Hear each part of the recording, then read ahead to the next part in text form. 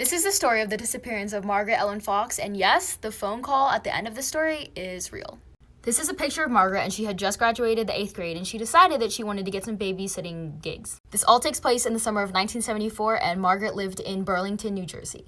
Margaret put out her phone number looking for these babysitting gigs, and on June 19th, this guy by the name of John Marshall called her asking for her to babysit his 5-year-old son.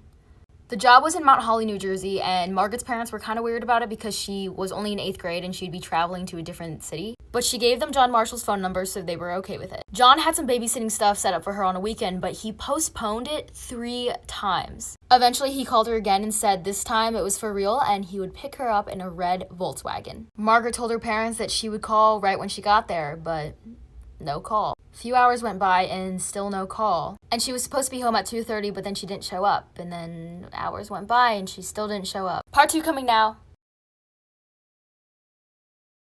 Part 2 of the disappearance of Margaret Ellen Fox, and yes, the phone call at the end of this story is real. So Margaret is missing and they have not heard from her. So they use the phone number that she left them and it starts ringing. A lady picks up and Margaret's mom asks, is somebody by the name of John Marshall there? And she's like, there's no one here named John Marshall. And the lady hangs up on her, and so they start freaking out again. So they call the phone number again, and yet a different voice picks up this time. And so it turns out that phone number is the phone number of a payphone outside of a store. It was all so suspicious, but then they found out that the manager of that store, his name was John Marshall. One of the cops actually knew this John Marshall, and he said, it's not him, trust me, he couldn't have done it. And so they quickly just ruled him out. Once the media got wind of what was going on and spread the news, a lot of other people said that they also got the same call from a guy named John Marshall for fake babysitting gigs. This goes to show that this was no accident, no coincidence, and Margaret was targeted. Last part, part 3, coming right now, and yes, it has the phone call in it.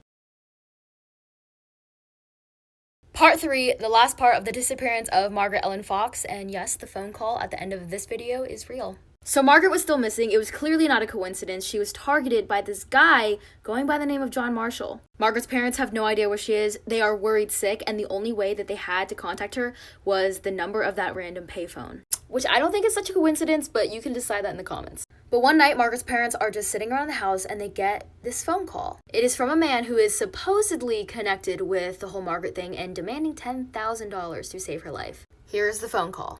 $10,000 might be a lot of bread, but your daughter's life is the buttered topping. Who is it?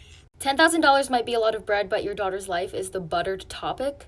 Who talks like that? Also, this is what scientists think that she would look like now, but we don't know. Now Margaret would be 60 years old, and if you think you know anything or recognize that voice or see a woman that looks like this, call this number right away.